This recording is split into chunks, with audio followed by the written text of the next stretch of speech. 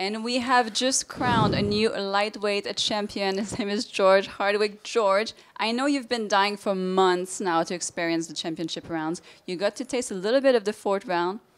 Was this as good as you thought? It's a perfect moment. You know, I thought, you know, I called the round. I got the finish in the same round I called, round 4. I got to get the finish and see the championship round. But before the fight, I thought I'd play it cool as a fucking cucumber when I get the finish. I thought I'd finish him and play it cool. But that second knockdown, I'm landing each punch. Each punch is just like, the fight's not over yet. It's my belt. It's my belt. It's my belt.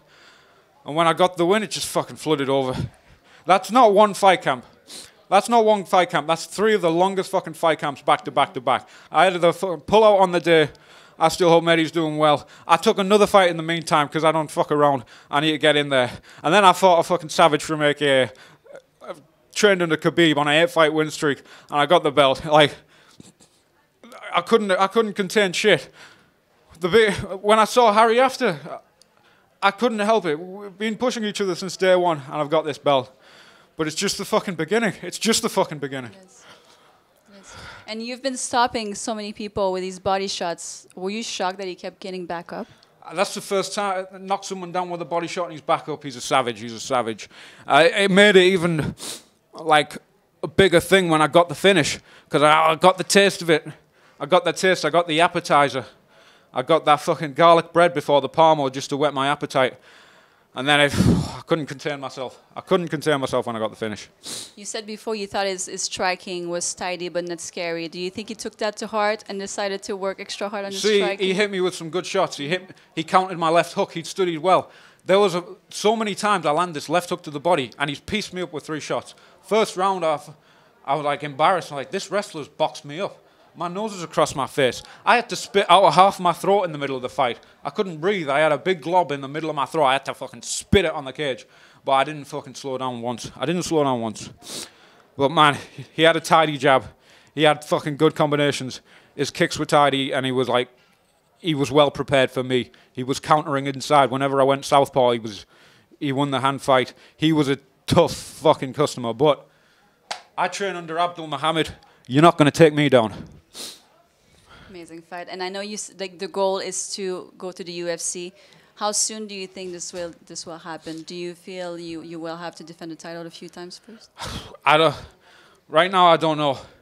I just bumped into Figlak there and we showed a lot of love for each other. Tonight we can show love for each other.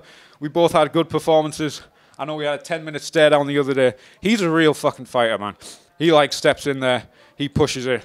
He's a pair of fighting brothers like me and Harry. So there's always that respect. But, you know, we'll have that time to fight.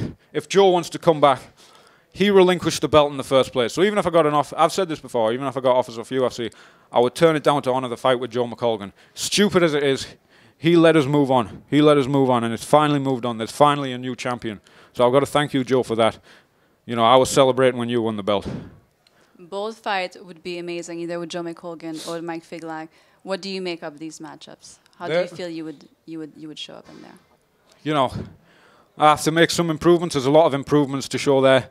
I know I came across Kyle and he showed a lot of different improvements, surprised me a lot. I thought sloppy in that first round, but it worked over the 5 rounds. I've got to build some surprises. You know, I got some stuff to work. I've been back-to-back fight camps. I've got a few little niggles. My knuckle's still been sore since the Capera fight, but I still threw it about 100 times. I don't care. Both those fighters are exceptional. I need a little bit of recovery. Going to Greece in 2 weeks, so I'm going to eat 500 million chicken euros and lie on the bench whilst Emily has to put up with me. Fucking amazing performance. Definitely up there, I would say, in the top 5. You should be very proud of yourself. Congratulations, you're the new champion. Yeah, I think before the fight I mentioned that when McGregor won the belt against Bushinger. That's one of my favourite fights ever. People don't put Bushinger up as high as they should. He's an amazing fighter. I thought I'm going to put on a performance like that. No, McGregor was tidy. He had footwork. I just fucking bummed in. Like Nate Gaethje or some shit. But, man, this is a long line of... My favourite fighters have had this belt. Fucking Conor McGregor, Jai Herbert, who fights tomorrow. I can't wait to see him fight. So many of my favourite fighters have had this belt.